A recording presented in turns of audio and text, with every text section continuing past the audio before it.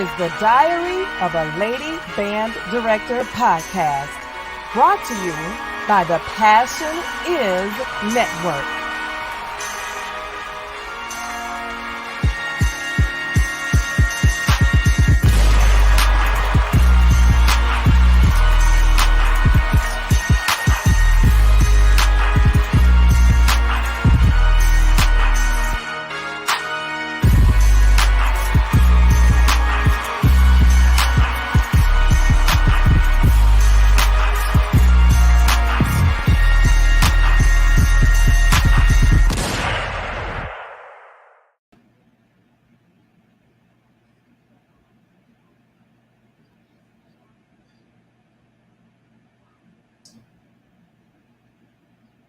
Oh, I guess we missing some folk.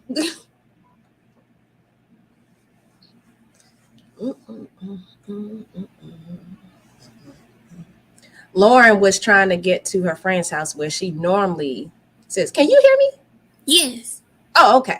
Yeah, she was trying to get to her friend's house so she can be on with us. And I think Takenya will be on with us, but she running late too because she was doing something. I saw her message. So it should be like at least the four of us. Okay. How you been doing since we got time to kill? Pretty good. We just wrapped school up for the year. Are you still in school? No, our last day was Thursday. Oh, we got 3 weeks left. Oh wow. But y'all probably start in August. We go back July 22nd. That's the devil. I couldn't do that. That's the summer. Right.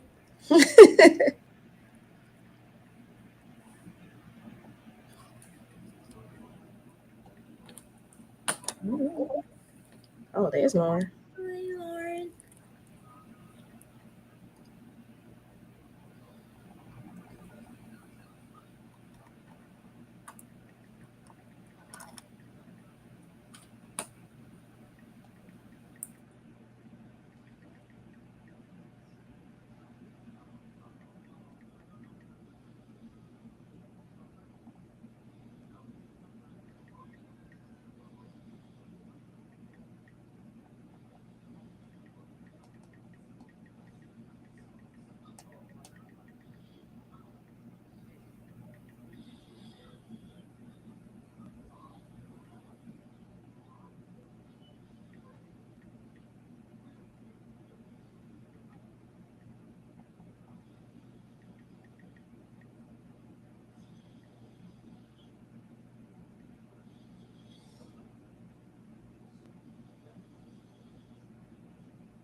You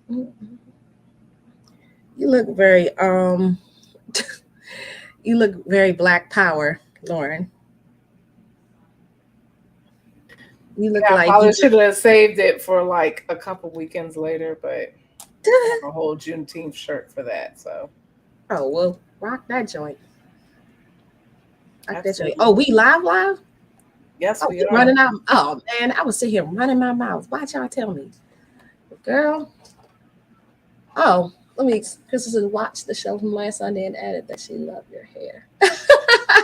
I'll read the comments. I'm like, what's going on? I'm daydreaming. I'm tired. That tell you about work-life strife. So we run our mouth. First of all, welcome back. This is episode 10. We are 10 episodes in to Diary of a Lady Band Director.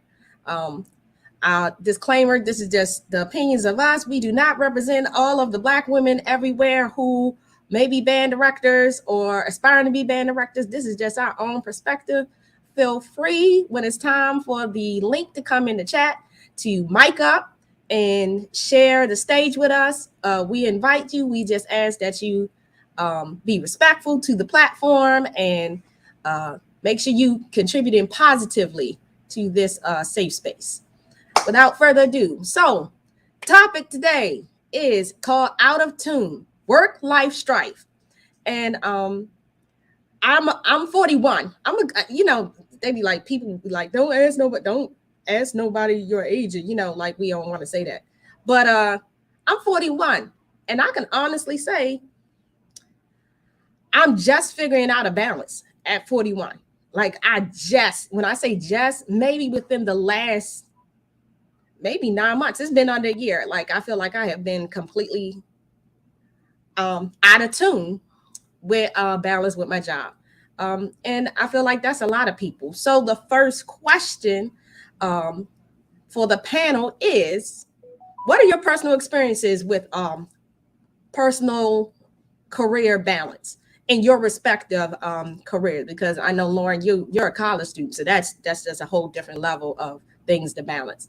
And Shell, you've been in the game, just as long as me, so I'm sure you have something to add. So what's your personal experience with it?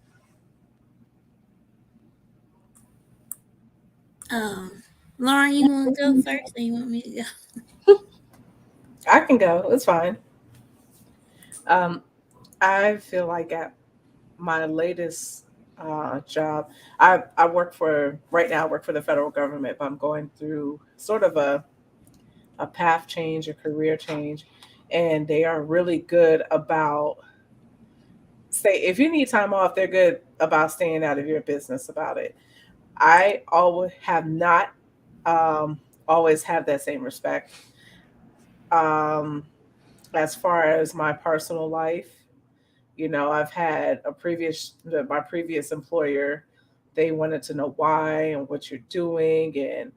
And someone explained to me that, it's for counting giving you the correct type of leave. But also I know at my former employer, they just wanted to get into my personal business, and I don't have to divulge that.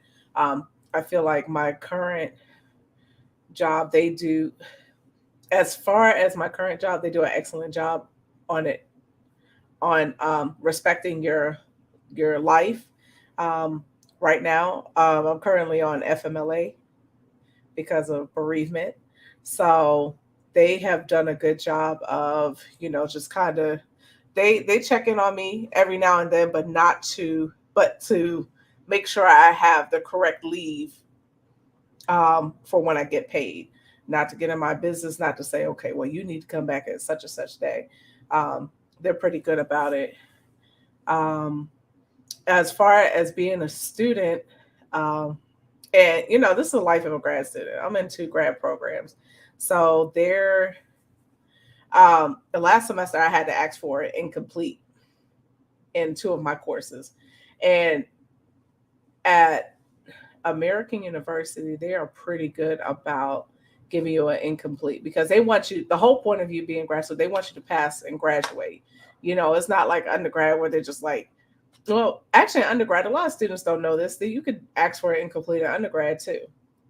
But, we treat it like grade school is like pass or fail, but with grad school is a little bit different. We're older, we're working professionals a lot of times. So your professors give you that grace of giving you more time to complete your coursework. So my experience has been mixed, more good than bad, but for the bad experience, they were pretty bad. And I feel like with work-life balance, and I said this in our chat, I said, when you see me on social media, if you see me on Facebook doing life stuff, if it's not illegal, if it's not harming anybody, then mind your business. I'm not on the clock. My existence isn't around my career. Now, my job. Now, I will say this, a lot of jobs, they have morality clauses, this, that, and the third. You can't, be an educator and have like, somebody said this on Wednesday on the show, you can't be an educator and have like an OnlyFans, that's, because you don't want your students potentially seeing that, or parents or anybody in the community seeing that. But, if I'm doing life stuff, if you see me on the beach in a bathing suit, you see, especially with women, they police women a lot.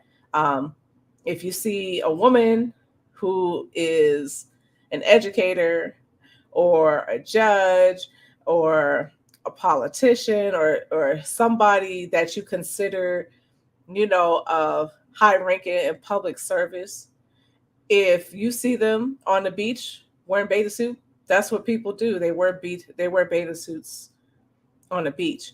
Even there was a story of somebody's pastor's daughter being a picture of her was sent to the pastor saying, she's wearing this bathing suit. I don't think it's appropriate. She's on the beach, just mind your business, because my existence has nothing to do with your existence. Like, I could separate work from play. Like, treat me as a professional, but also treat me in the professional realm, and treat me as a human being in the life realm.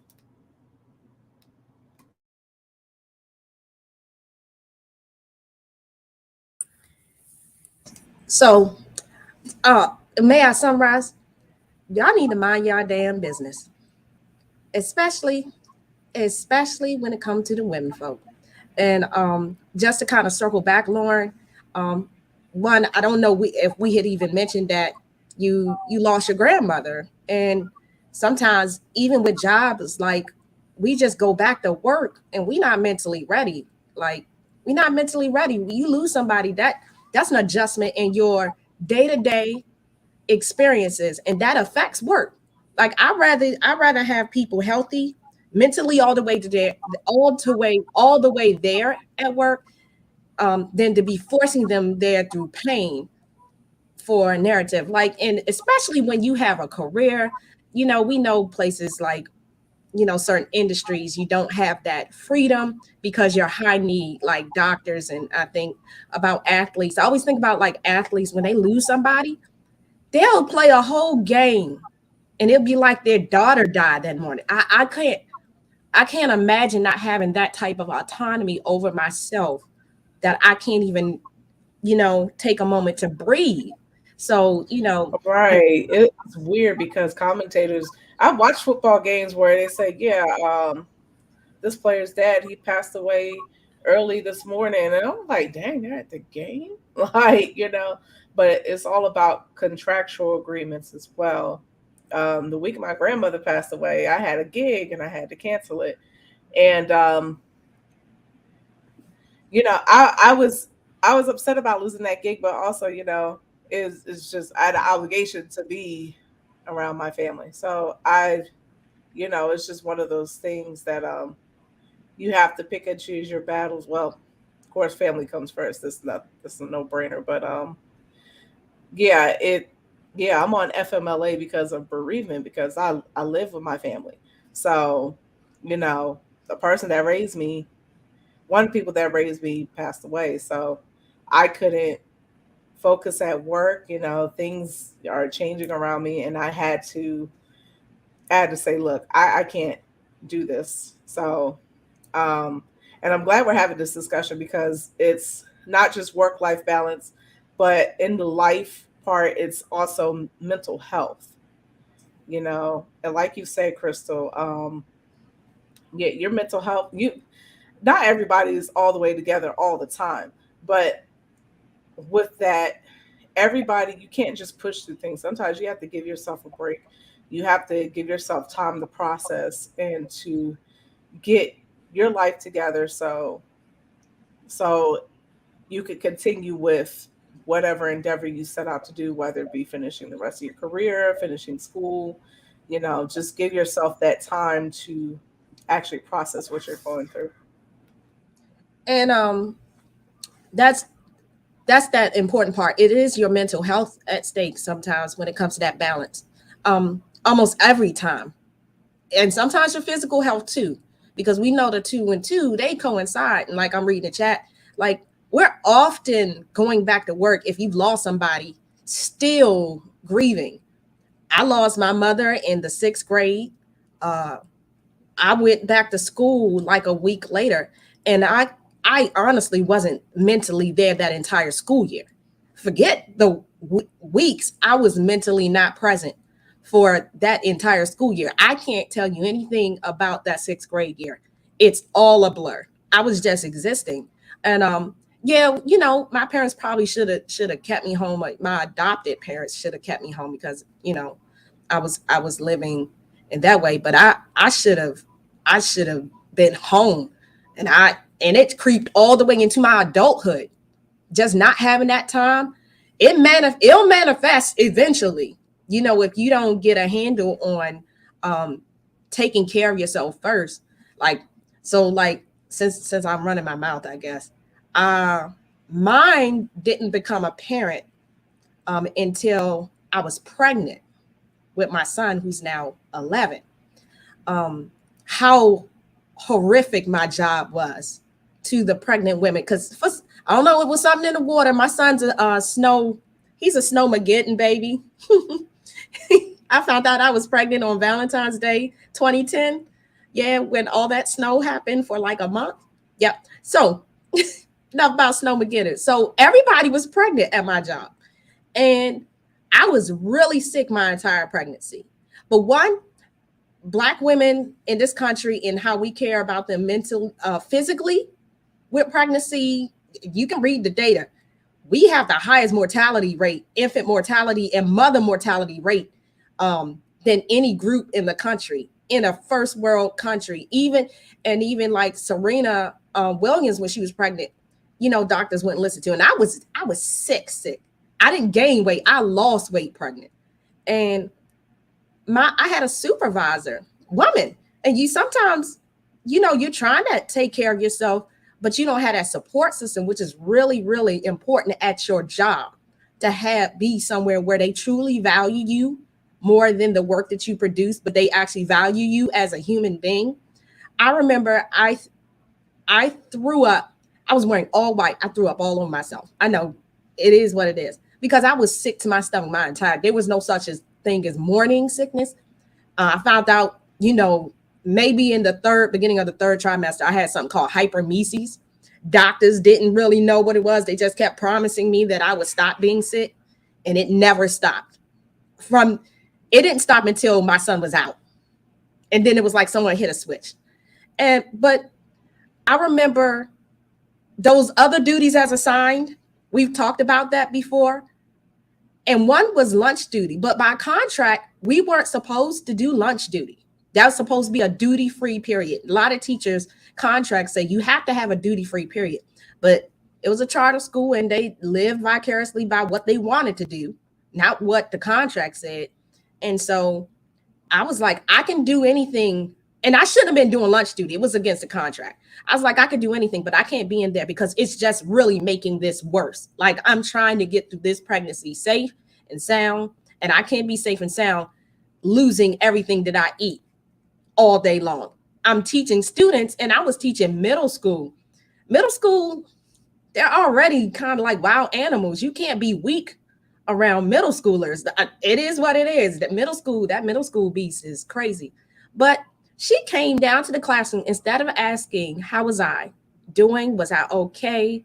Whatever. I clearly looked like, first of all, I was wearing all white. So you have to see that there's like substance on my clothes. And she said, we have a problem. Why aren't you at lunch duty? I said, I was looking at her in horror, like, lady, look at me. And she was like, yeah, but you have this is an assigned task. And I was like, but this assigned task isn't working for the condition. Like I said, I was showing pregnant. It wasn't a secret. I was one of those front showing pregnant women that waddle. So it wasn't like you didn't know.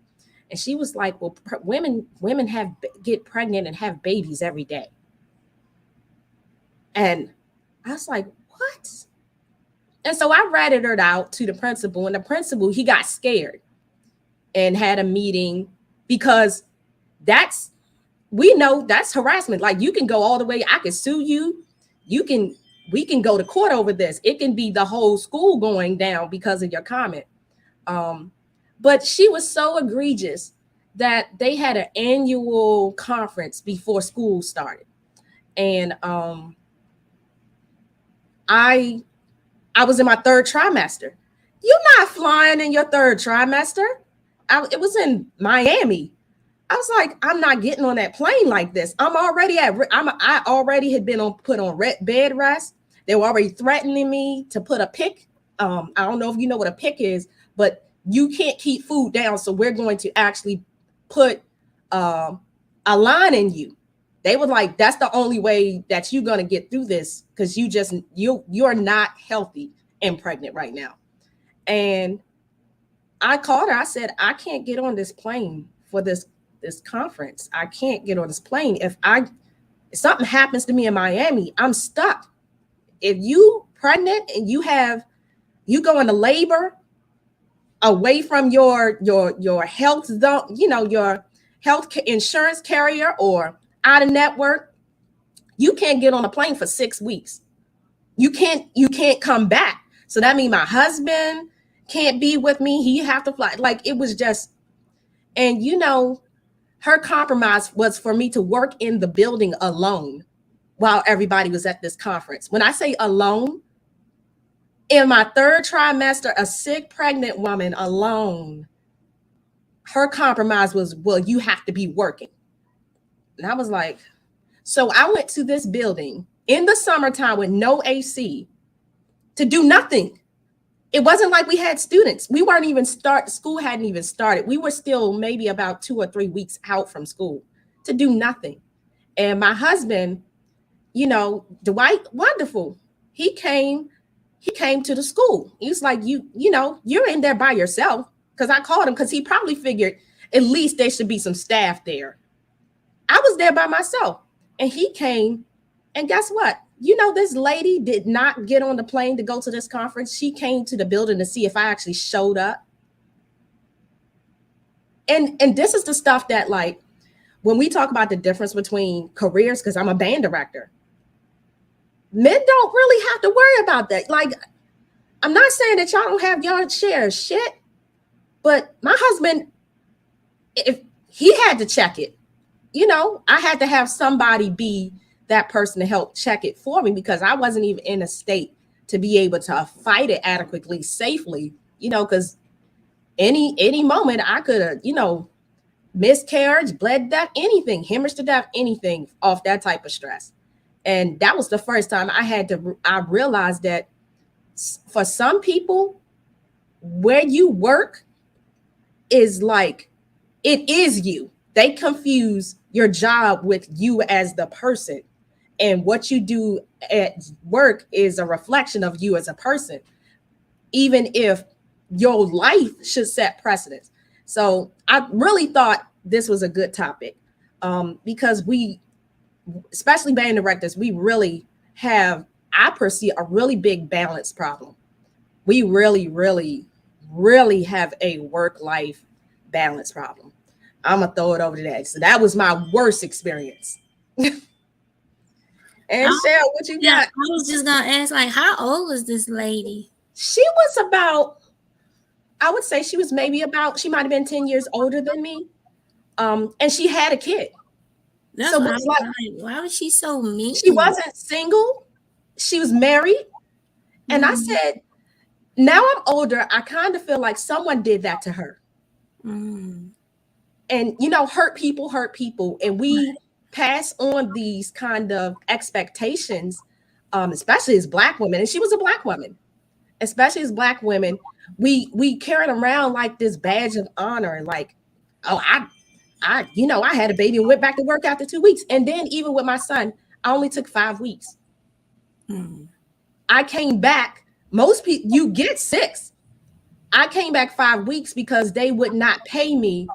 I came back a week before winter break. And if I didn't come back, I wouldn't get paid through winter break. And we just could not financially make it another moment without a check. And they had this policy. There's nothing that says, well, if you have a child and you're not finished your 6 months, you'll still get your due. You would have been getting paid anyway. It was no work. You're not working during winter break anyway. But it's just crazy. There aren't the protections for women who have kids is non-existent sometimes in this field. You like, I know she was a pill. Yeah. I probably would have wanted to fight her, like, pregnant.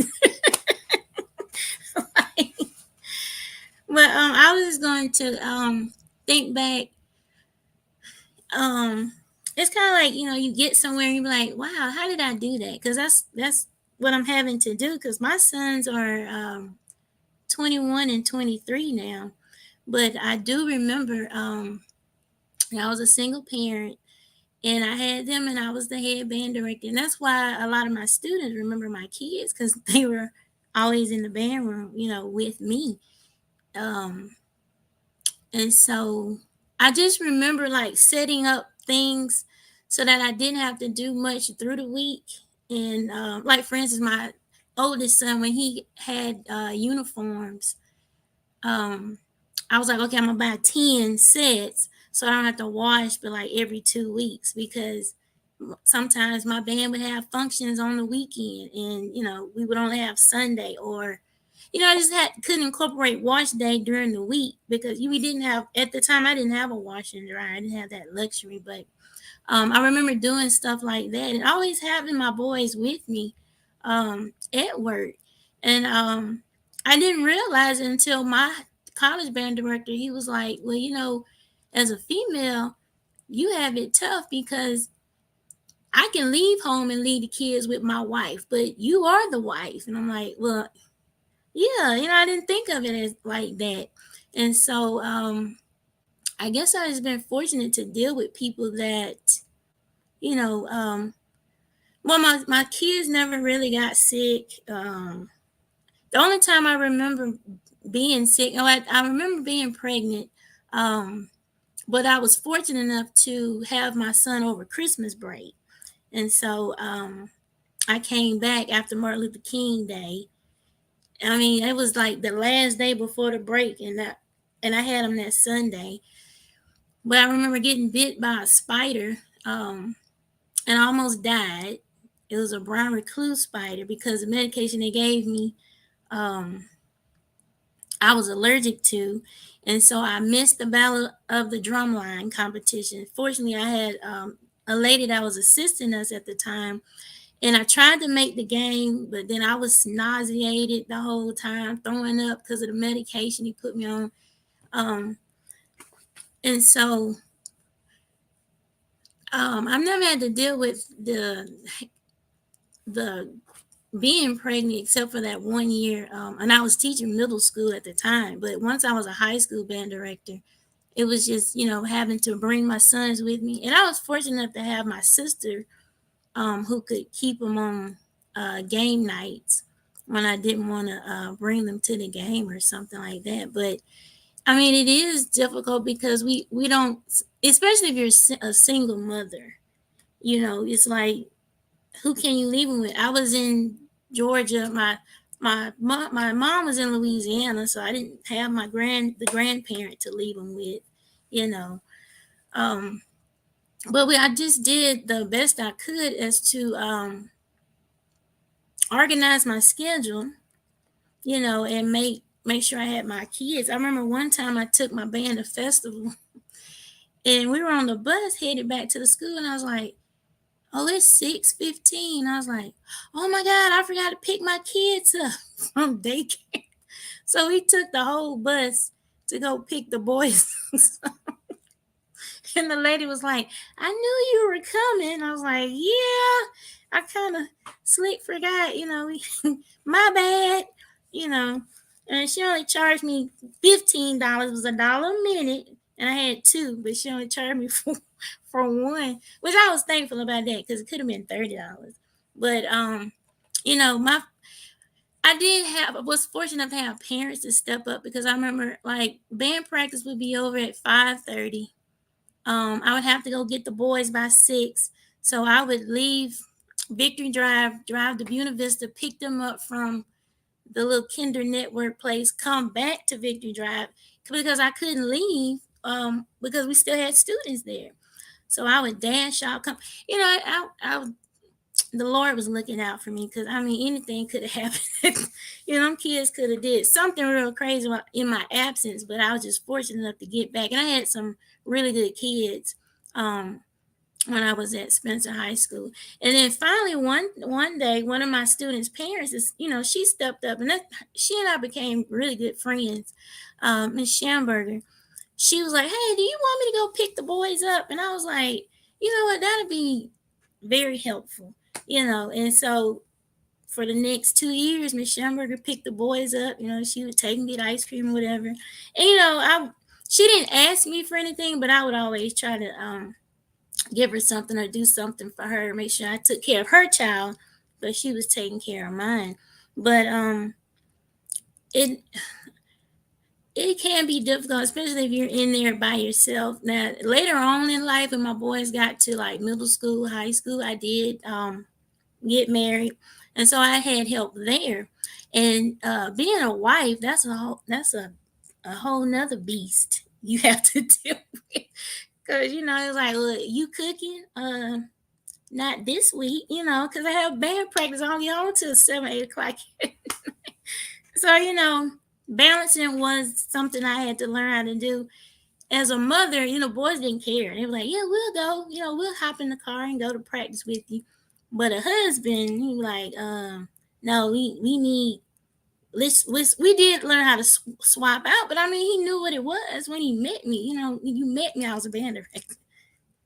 So, but I did try to compromise, and I felt like it was only right. But that's one thing I try to tell. This one lady was talking about her boyfriend didn't understand her job, and I was like, well, I don't know if you want to be with him, because he has to understand what you do and the time that your job may take from the household. But so it's totally different for a female band director than it is for a man band director, I think. And I'm gonna stop there because I can go on and on. No, that's real. First of all, I felt you when my son, for 10 years of his life, only knew my band room and daycare and home. And what I mean is, there was no such thing as someone go home and play with him in the yard. Like, by the time we got home, it's bedtime, dinner time. And dinner was usually happening in transit for a while. Dinner was in transit. And I felt so bad. Like, I'd have to, during my planning period, I picked him up from school. I had to finagle the schedule. So my planning period could be the end of the day. I could pick him up from the school down the street and then bring him back to band practice. And see, that's the thing when people say, I think sometimes it does leak into our job, because I'm not all the way present if my son is with me. He's looking like, y'all have my mom. I need my mom. Y'all, and band kids are needy. Band kids are needy. And so people are looking like the band kids and the band parents took care of my son a lot of those times. Like, they would make sure he ate. They would take him, play with him, help him do his homework. My son's very self-efficient now, I think, because he had to be. And it wasn't like my husband didn't want to help. He works in the field, and sometimes he's up to an hour, 2 hours away. So he would never get to him on time. And so I did have I felt that, and Cheryl, I felt that parents helping out just for you to be still present in the job. And it don't even seem like it matters too much whether you're married. Not saying this, I know it's a whole nother animal, single. Hats off to you, and you have more than one. That's why I have one child. I couldn't imagine. I just couldn't imagine it. I couldn't imagine it. So that does bring me to this question. The next question: do we work to the clock or not? Should we work to the clock? Is all that time spent off the clock? Because we know we got to do it during that block. We know that. But what about the time off the clock? Do we work to the clock? I have my answer. It used to be one thing. It's different now. I don't know. I used to, I never worked to the clock. I was always putting in extra time to get stuff done. But some days I wouldn't have to stay because I had already taken care of things. And now, I don't work to the clock, but sometimes I have to tell myself, ma'am, it's time to go. I started, as I got older and more experienced, I started to value myself more than my job. Like at first it was like, I got to do a good job. I got to make sure I have this for the kids. I got to make sure I have that. This needs to be ordered X, Y, Z. I got to do these POs. But then I read somewhere, someone was like, if you died today or tomorrow, they'll replace you next week or, next day. And I was like, well, I got to start looking out for me because nobody else is going to, so it depends. Like I try to not stay past my scheduled time if I don't have to, but sometimes I will. But I won't give them all my time like I used to. Because I was gonna say, as a high school band director, my schedule, like even my summer, revolved around my band schedule. My whole life revolved around the band schedule. Well, I can't do that in June. I got band camp, and I had like 3 different camps I attended, during the summer. So it's just about how much you immerse yourself into it. I think what will dictate how much time you put into it. What about you, Lauren? Do you think people should work to the clock? Do you think band directors should work to the clock? Let's see. As far as being a government employee, yeah, you work to the clock. You can't do overtime. That is what it is. And I wouldn't want to do that anyway, so that's a no. For that job, for a freelance musician, there is no clock. There's no clock. You get out what you put into it, and the better the musician you want to be, the more time you have to put into your instrument. So there's no clock. It's just you have to be ready. If you stay ready, you ain't got to get ready. So in order to stay ready, you have to practice all the time. So whenever you do get a specific gig, you are ready for anything that they throw at you.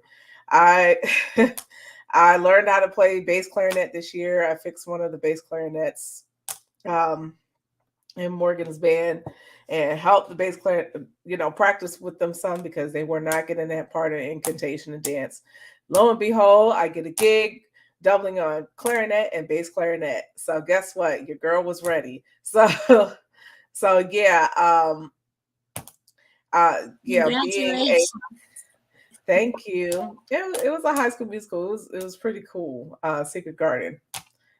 So yeah, I did that gig and I was okay, even though I'm still kind of rusty on bass clarinet, but I really like that instrument. So, it's being a freelance musician, you get what you put in, you get out what you put in. So there is no clock. And you have to spend most of your time practicing. Like a lot of professional performers, they spend 8 hours because that's a full-time job to them. Sometimes you could be, but the better you get, the less you have to practice. You just have to rehearse a few things. The more you spend on your etudes and your scales, and I'm not just talking about, your regular, major, minor, your augmented scales, your diminished scales, all of that, the more you do that, the better musician you'll be. So from what I've seen from band directors coming up, band directors, they always work overtime, especially they're just like the performers, It's just like being a performer, but that's what I was gonna say when you said freelance performer. I was thinking, well, that's kind of how I looked at it as being a band director. It was like I wanted to make sure my band was, ready, had their uniforms, had their whatever I wanted them to have for the show. And so that's why I would always be at work to make sure I had things in place and, everything was a go.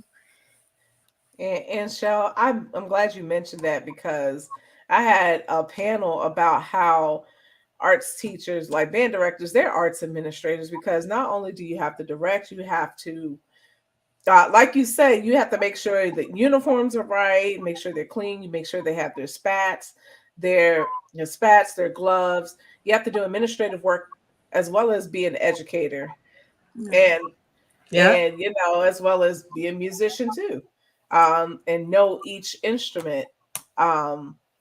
So yeah, band directors are always working overtime. A lot of a lot of them lose sleep, and they lose more sleep now because we had a topic about block scheduling versus, Oh Lord, please don't bring that block schedule. Emotional damage. I can't talk about that damn block schedule. With that scheduling, they have to. They have to work overtime. Our job is other duties as assigned, but really it should be called other titles as assigned, because we literally the job title includes a bunch of other job titles.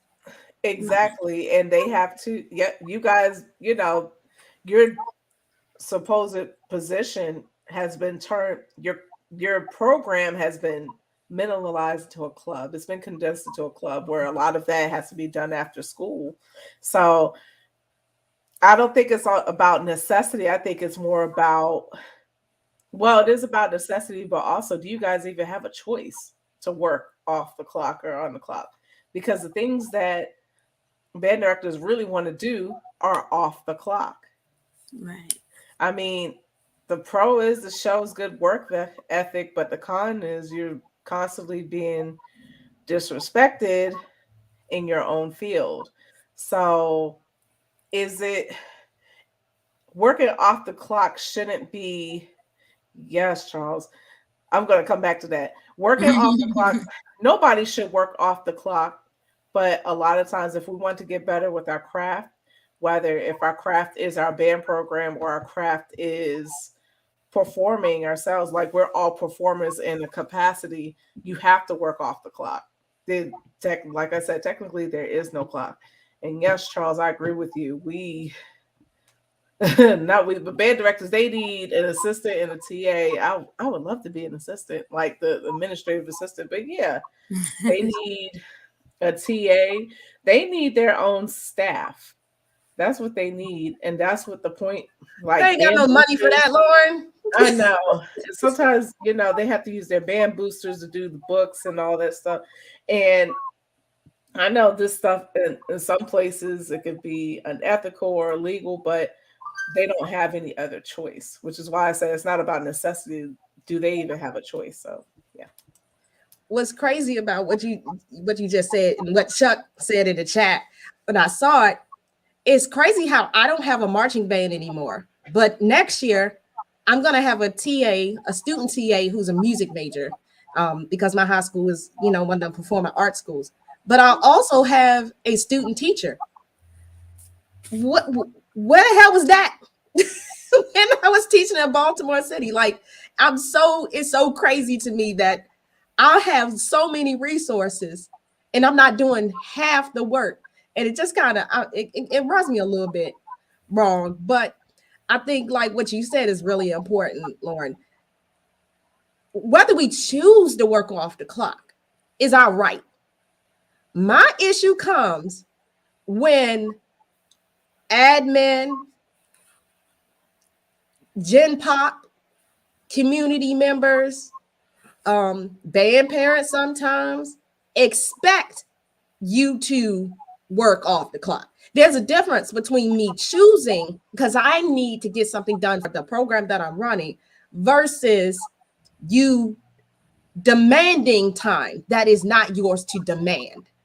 And that has always, you're right, that's it, the peanut gallery. And that I want to talk about what really grinds my gears is when people try to command your time.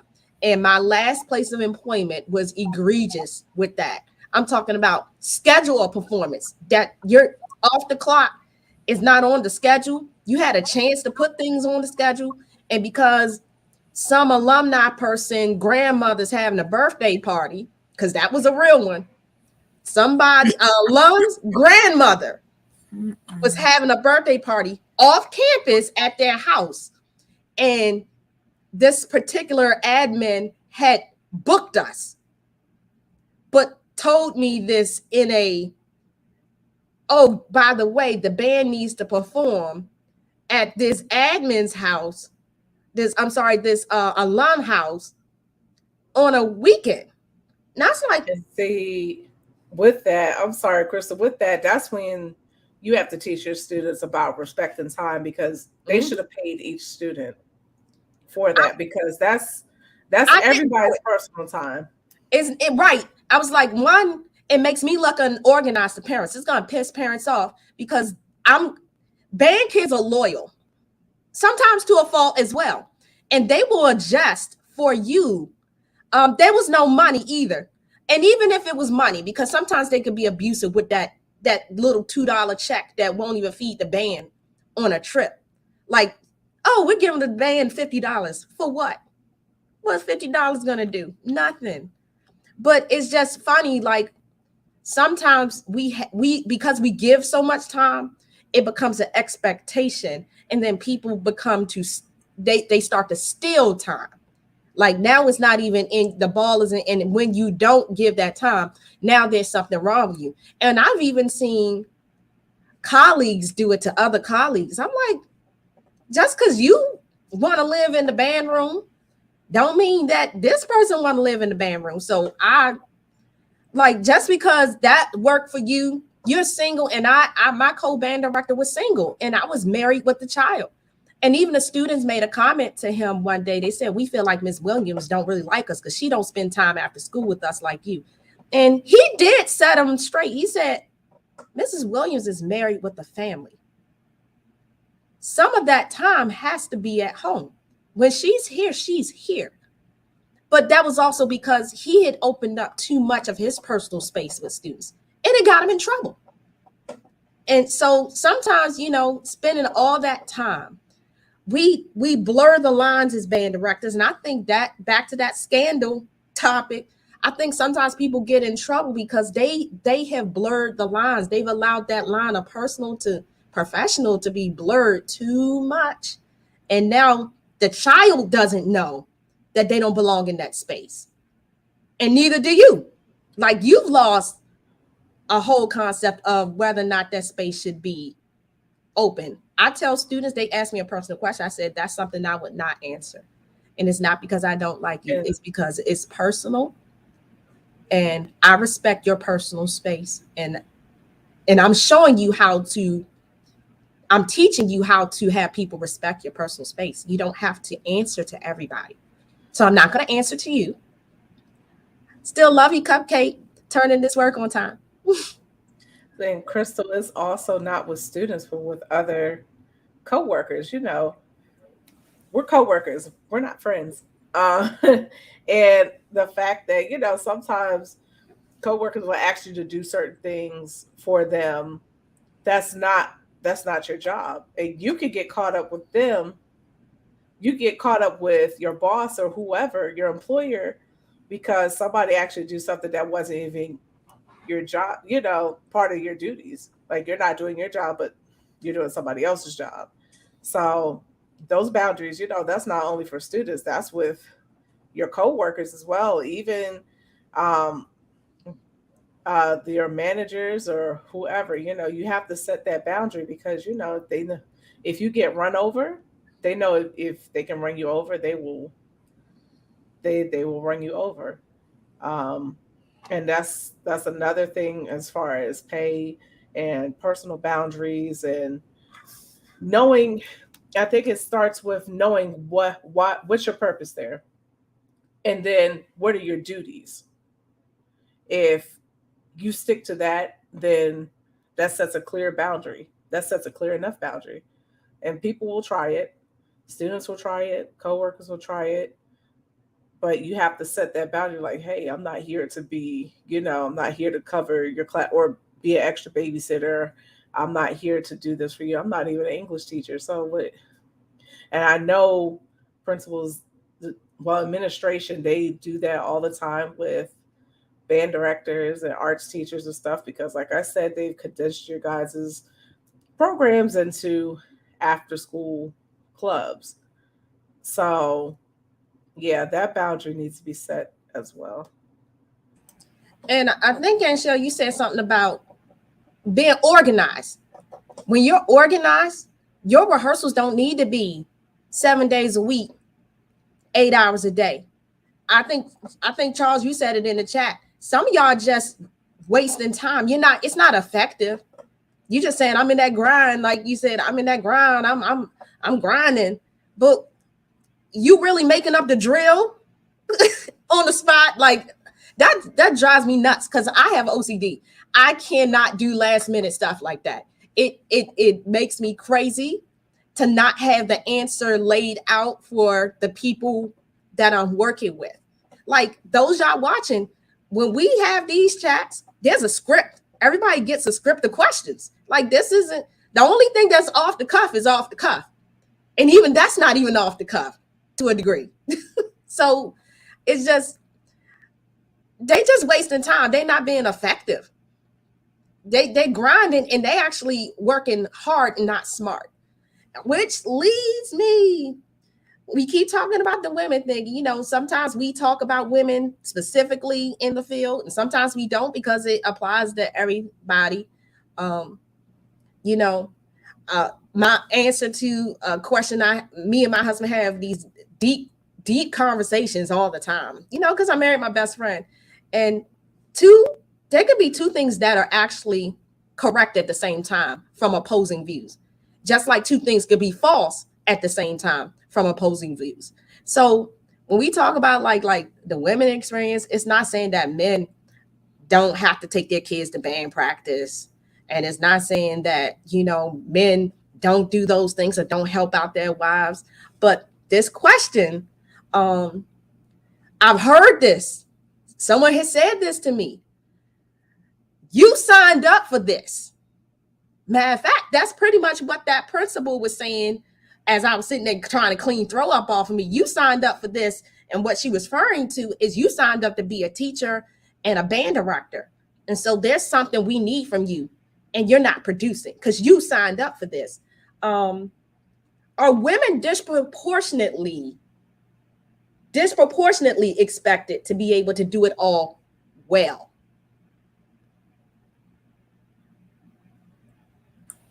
Are you asking, like, are people expecting us to do it well? Yeah, disproportionately to men. I think men expect us to not do it well, but because of our multitask ability, we end up doing it well, and you know, not sometimes doing it better than others. So I think they really do expect us to not be that great. Because I will say, like, I took my band to this competition and I was excited because I saw some of my colleagues and they were bringing their bands from Louisiana. And so, you know, my band played because we weren't that big. Their bands were very large. I think I might have had like 80. They had like over 100. So we did the small groups. It might have been 60 or 80. It was small. Like we were in the middle. We weren't the smallest. We weren't the biggest. So we were playing and, you know, and I went to talk to my colleagues. These are guys I went to school with. And they was like, well, dang, I didn't know you was going to be bringing it like that. And I was like, at first I was excited. I'm like, wait a minute. Like, what did you expect? Like, did you expect my band to be ranky dank because I'm a girl? You know, and people hear my voice and they're like, how do you teach with that little voice? And, you know, and so my thing has always been to show people better than I can tell them because I've always been underestimated. You know, they expect us to not do, especially as a high school band director, because a lot of people feel like women should only be band directors on the middle school level. And even so, the middle school is where the foundation is laid. So that's even more important than what you're doing at the high school, you know. But, you know, some people don't see it that way. But I see it that way. And I've experienced that. Because they'll be like, oh, you're a high school band director? Like, so much can be taken from the way people say things or ask, you know, say stuff to you. And I'm like, well, yeah. I never thought anything else about it. I never thought that females weren't in that realm. I remember back to one of our first shows where we were talking about seeing female band directors. I had never seen one, but it never clicked in my mind that, you know, I wasn't supposed to be one. And so as I became a high school band director and I would go to, you know, our music educator functions, and people be like, oh, where are you? And I'm like, oh, I'm at such a high school. Oh, you're a high school band director? And I was like, well, yeah, right. is that not normal? Then I started looking and I was like, well, yeah, it's not that many of us at that level. So, and some people still think that it's like the good old boy club, the way I saw it. And that's in the South. I know you guys are up in a different location. But in the South, it's the same. It's like the good old boys club, and it's like, oh, okay. The club is they just have different chapters. and they have a general mission statement. We think y'all suck, but the reasons why they think we suck vary. But I feel like they definitely got a chapter. Every region has a chapter. Right, because I've experienced heat like in Georgia. I've experienced that in Texas. It's sad, but that's just the nature of the beast, I guess. So, and I think that's important to, like, for men to hear, is that we hear y'all say it. Like, we not making this up, y'all. Y'all know that. Like, be real. Y'all know. There's the locker room talk, that the water hole talk, that y'all, when y'all get together in spaces that we can't get together with you, that y'all talk trash, y'all talk shit. We know it's like racist. We know they exist. They may not be calling you, the N-word in your face, but if my kid miss a note and your kid miss a note, the narratives are two different narratives sometimes. Oh, they trash. Oh, they always trash. And I always, this came up, I guess after 10 episodes, we can kind of reference other episodes like the Chip and Dale movie. We give women trash programs and expect them to create. I guess we the mothers of the earth, so we just supposed to make them not trash now, when 5-6 other men had that same group and they were trashed then. Like, give them a chance, but we don't get a chance. They, we get told and we get removed quickly from them higher up positions for less infractions. And I don't want to talk about the scandal talk, less infractions. I have almost lost my job more times than I can count. Yes, more times than I can count. That is so true. What Mr. Connor just said. Oh yeah, the male band directors talk trash about each other. Very petty. And can be extremely petty.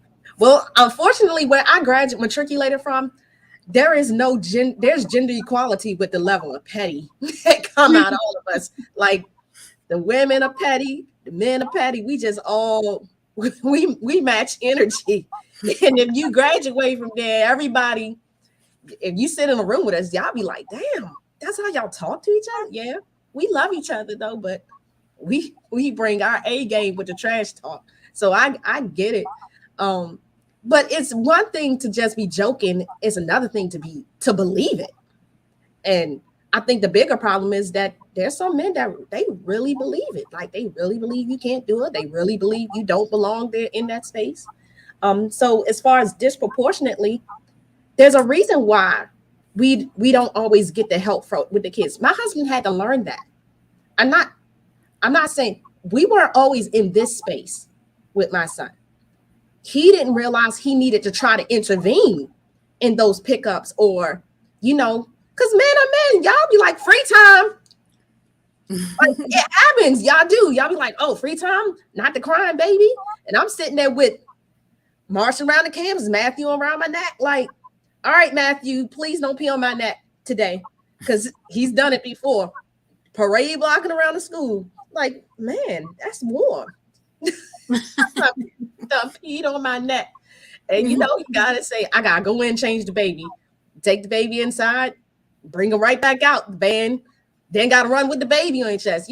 My band director in college said, I'm always amazed at the strength that women have. Like, he's like, I'm always amazed at watching a mother on the bus stop with 6 kids, one on her hip, and they're all in order. And everybody will be on time. Everybody will be clean. Everybody, all their needs will be met. He's like, but what sometimes is heartbreaking is to watch how broken down they look. And that's that mental health. And so, disproportionately, I think so. What you think, Lauren?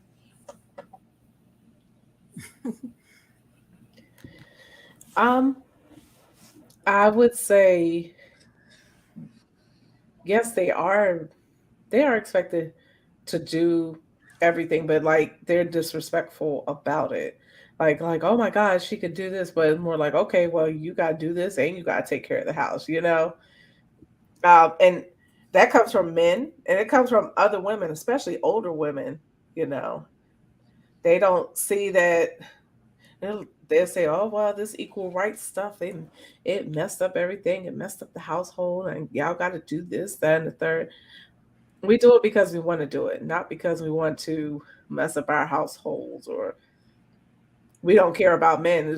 We care about the profession. That's why there are women band directors. They love what they do, and the idea that you have to sacrifice life things like being a mother or being a wife because you're in a certain profession, that's unfair.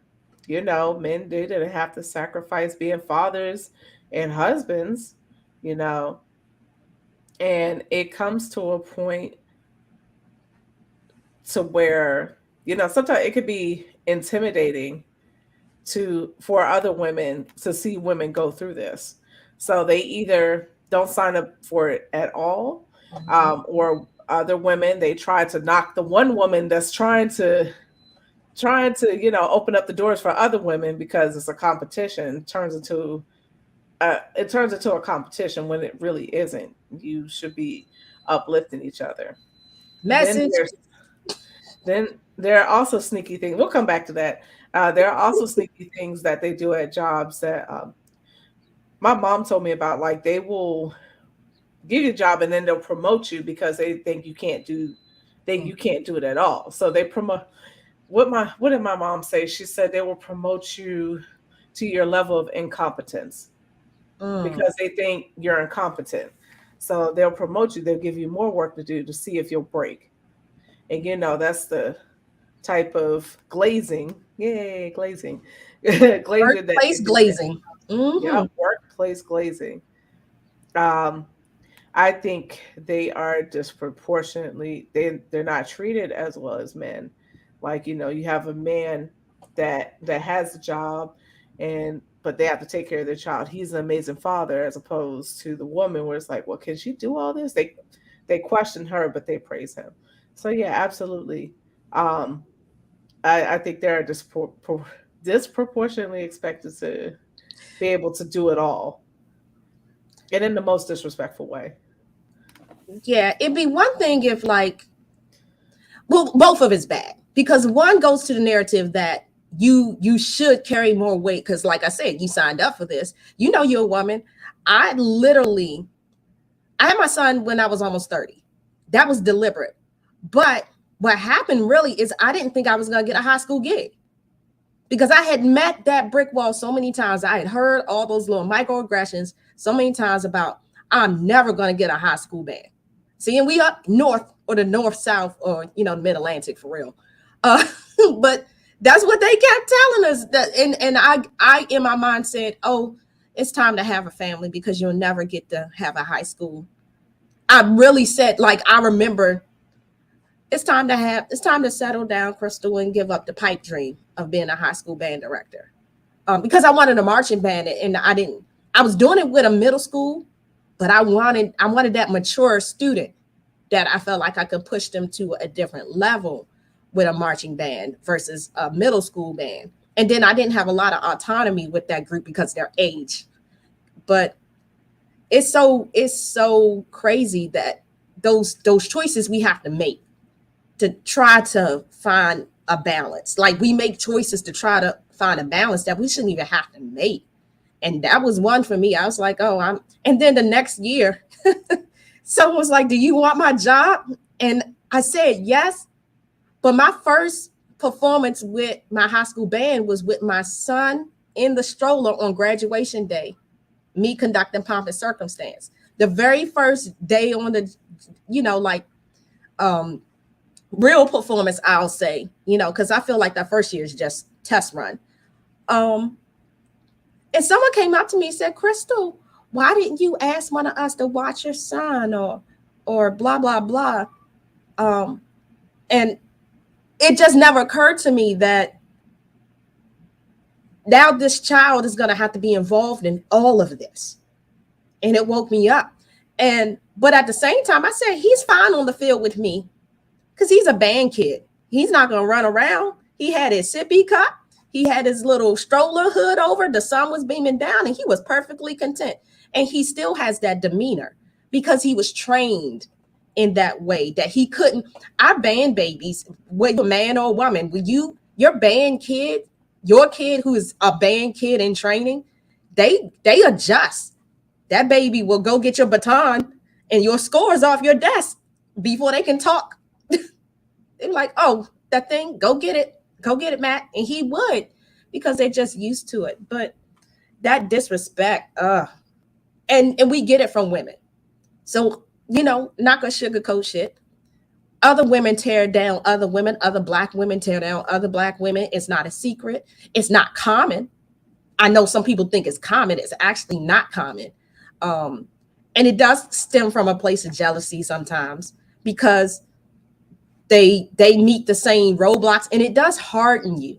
So Chuck, I saw your question.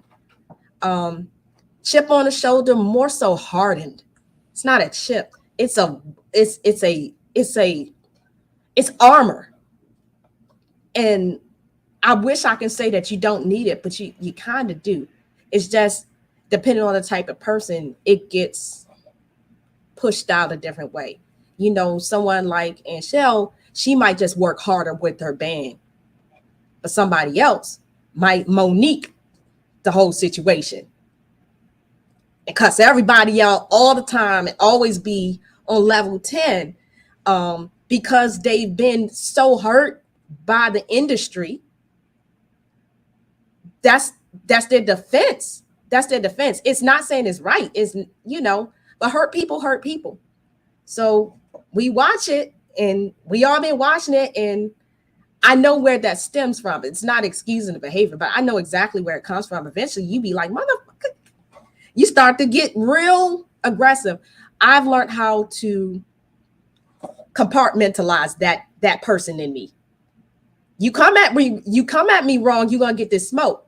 But when I come home, I'm not barking at my son and my husband like that. Like, we learn how, and my friends, like, my safe circle becomes my place where I can be vulnerable. Because the real issue is we can't be vulnerable because we're already seen as weak. So it's more of it comes from a place of just knowing you can't be vulnerable. It's like Black men and showing emotions. Y'all have learned that people don't expect you to be vulnerable. And I know some people think I'm a avid feminist. So today you get your bubble busted. I'm not. I'm team. We all need to win at this point. And so it's that vulnerability. It just depends on what field it is. And for women, band director, we can't be vulnerable. No. I think I cried online the other day and people was like, I've never seen that side of you. I cry sometimes. We had our last question. And I'm throwing this in your direction because I feel like you've been teaching longer than me, Anshel. And yeah, you have. I'm not calling you old. I'm saying you've been teaching long. I'm not doing that, sis. I'm not doing that. Our society is seasoned. She's seasoned. You look good. One, when you told me, I ain't gonna tell people how old you are, but when you told me how old you, I was like, hell no. When she said she had children in her 20s, I said, really? Okay. I was like 21 and 23. Oh, I got wow. so long. I got so long. He got me here so long. Just like that. So, are societal expectations preventing more women from being in this field?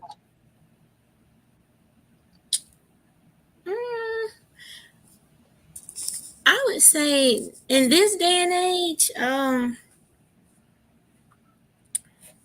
I think it's more women coming into the field, because think it depends on where they are. Some people, have that want a 50-50 relationship. Some don't go like the old way. The old way was the women were the ones to take care of the babies and take care of the household. So you weren't supposed to like be a band director because you don't have the time to do that. But now times are different. Times are different. And I think going back to what we were talking about a few weeks ago, because there are more women out there, more young ladies are seeing them and thinking, okay, I can do this too, because we see a lot of upcoming female band directors. So because society is changing, it's different. It depends on what floats your boat. Some people have house husbands, and I did try to make mine one. It didn't work. You emasculated him because that's the narrative. You done tried to make him wear a skirt in the house. I was like, you take care of him. Well, my first husband, he had multiple sclerosis, so he couldn't work. So he did stay at home, and that's when I realized, sometimes a man just has to be a man, and it depends. Like I said, it depends on how people look at it, as far as society, because society is changing, and expectations are different. You have different households now, where it's not just mom and dad, could be mom and mom or dad and dad. So, you just got a lot of other things that's going on in society that may not put the type of, not stigma, but how people looked at us growing up. Oh, you're a girl. You should be at home cooking. You should know how to sew. You should know how to boil an egg, stuff like that. So I guess it would be a better question for you guys because you all are, in that young. I'm from an older generation where that's the way things were supposed to be. But the younger generation, they don't do that.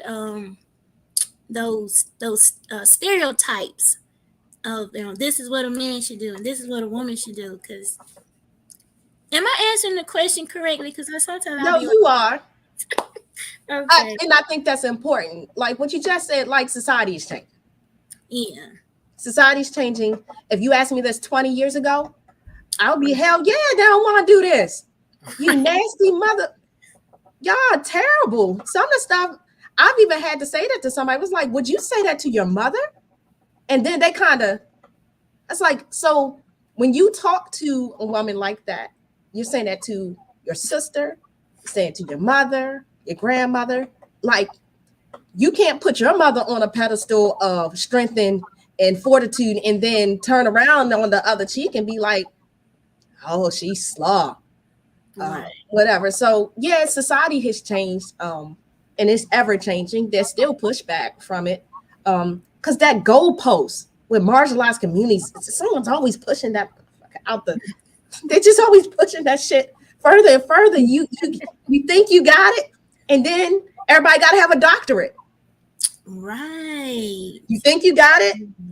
Now it's not experience. Now it's college experience, because there was a time where that didn't exist even amongst Black people.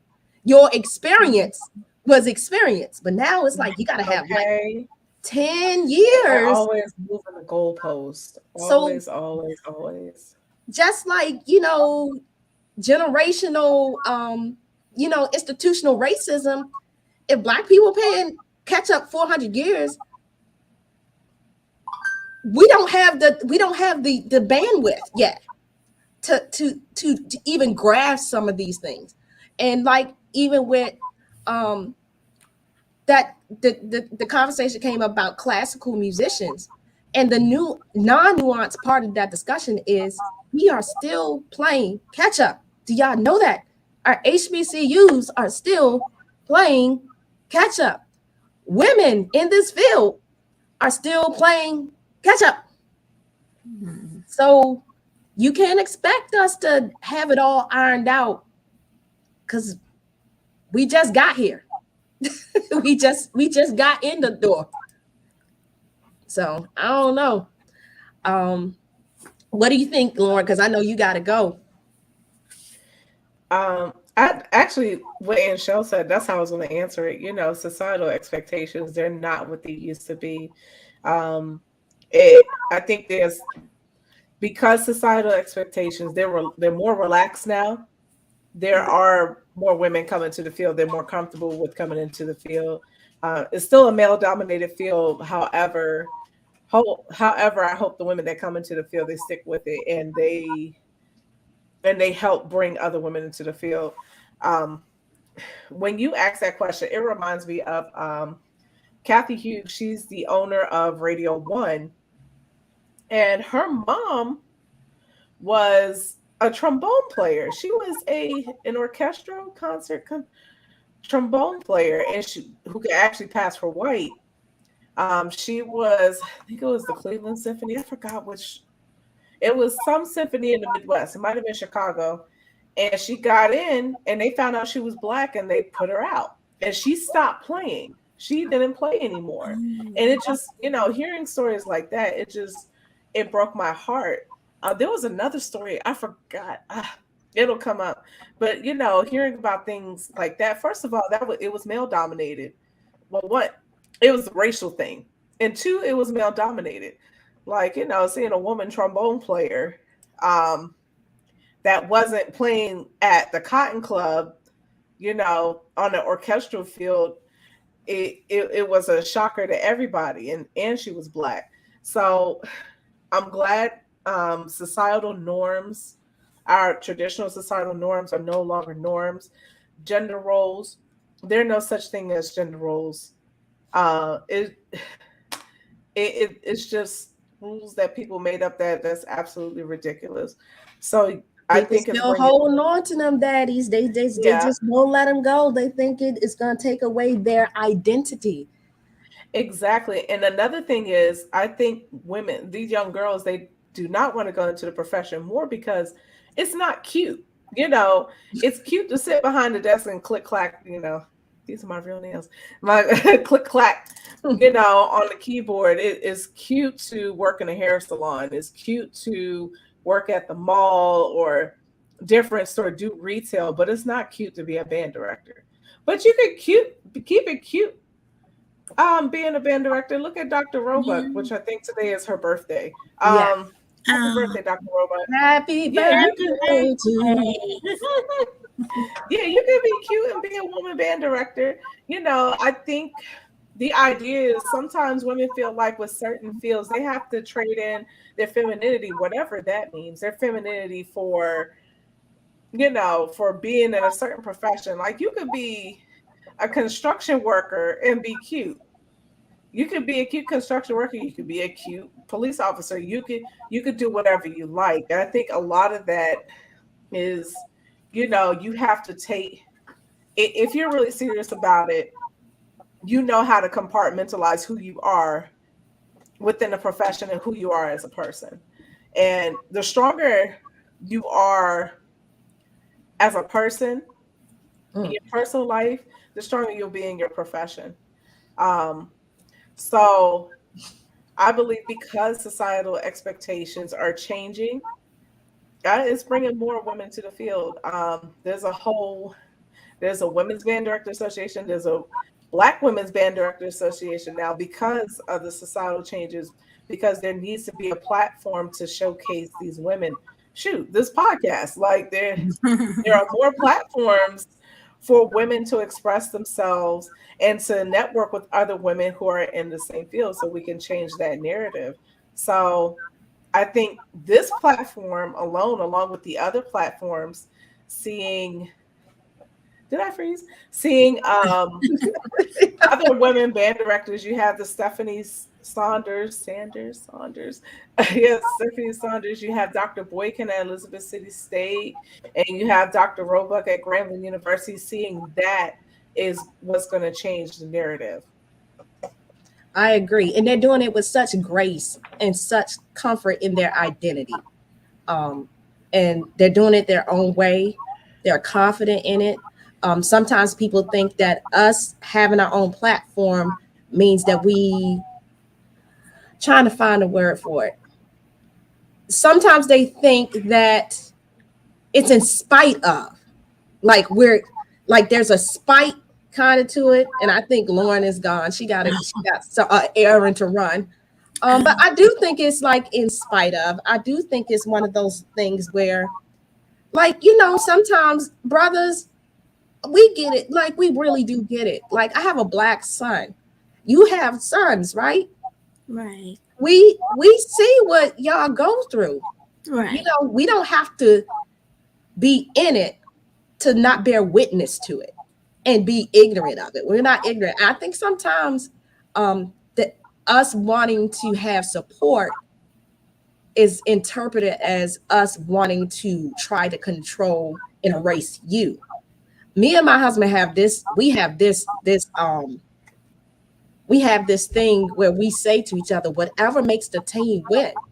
Like we cheated, like it's football. Hike the ball to me. All right, right now I got an opportunity to go do this. But when there's an opportunity to hike the ball back and use that platform or use this experience to push you forward, then I'm going to hike it and then you run that joint down the field. We both won. The team won. And I don't think people understand, especially for Black people, this is my personal opinion. For us to win, we have to erase like those gender roles and all that. Whoever got the bag right now, whoever got the ball right now, run that. And I'm going to be on the sideline. I'm going to be blocking. I'm going to be hitting you with that elbow, daddy. Boom, get out of the way. Husband got the ball. And he does the same for me. Right. It's not a competition to see how hurt each other are. Like, we both hurt. We trying to win, and we can win better together than apart. That's in that work-life balance, sometimes we do have to trade off. My husband takes my son to school for the first 10 years of 9 years, don't count the pandemic. I was front runner. I got into daycare, and my husband kind of is adjusting. I'll say that. But it also gave a new appreciation. Like, man, you was doing all this, like before you gone before I get here, and you come in after with the kid, and he's alive. But at the same time, my son, I'm like, okay, he's alive. Now he's my husband is the one to take it. And it's a trade-off. It's so we all have mental balance. It's so the whole family has balance. So me and my friends, we all equally have balance now. And the community, we good. And we can't continue like this way. He's alive. It may not always be the way I want to do it, but I even had to stand back. He's like, he doing it his own way, The boy got his clothes are clean. He's clean. On deodorant. He brushed his hair. Yeah, he brushed his hair. Okay, that's an interesting ensemble you have on today. Right. It's cool because we're doing it together. Right. I used to when my boys were young, because I was when y'all were talking about how the female band directors are, they're very glamorous. I was a band girl, and I don't know if that's if y'all would understand what a band girl is, but a band girl, we don't get all into the makeup, and so I didn't do that when I was getting ready for work. I just put on my clothes, do my hair. I'm out the door, and I'm like, oh my God, if I had girls, I'd have to do y'all hair. We kept a brush in the car because I was like, go brush y'all hair before I drop y'all off in the morning. But I was thinking I didn't have girls, so I was like, when would I do her hair? I get home late. It's time to go to bed, and we got to get up early. So I was like, I don't know what I would do if I had girls. I'd probably have to braid that stuff down the weekend and I had a boy, and I thought that was going to be easy. I wanted a boy for very much that reason. And guess what I have to do once I get off of this podcast and T minus a few minutes and counting? My son has locks, and his hair is just as long as mine. He's got a full head of hair, and it's easy manageable, but boys don't take to you doing their hair the same way that girls do. He's still like this. I was like, and I'm not old school. I ain't gonna hit him with the comb. I ain't gonna do that because that's what was done to me. But I didn't. My personal appearance did reflect my job, and as a band director, like you said, y'all see me dressed up on the internet, but I had ensemble of polos and khakis, and some real swanky sneakers. Like I had Hirachis, and then I got the J's today. Like it was band girl. We gonna be moving podiums and shit all day. Right, getting dusty, fixing instruments, carrying tools. All on you. Right. Can't be all on your pants. Like, oh my goodness.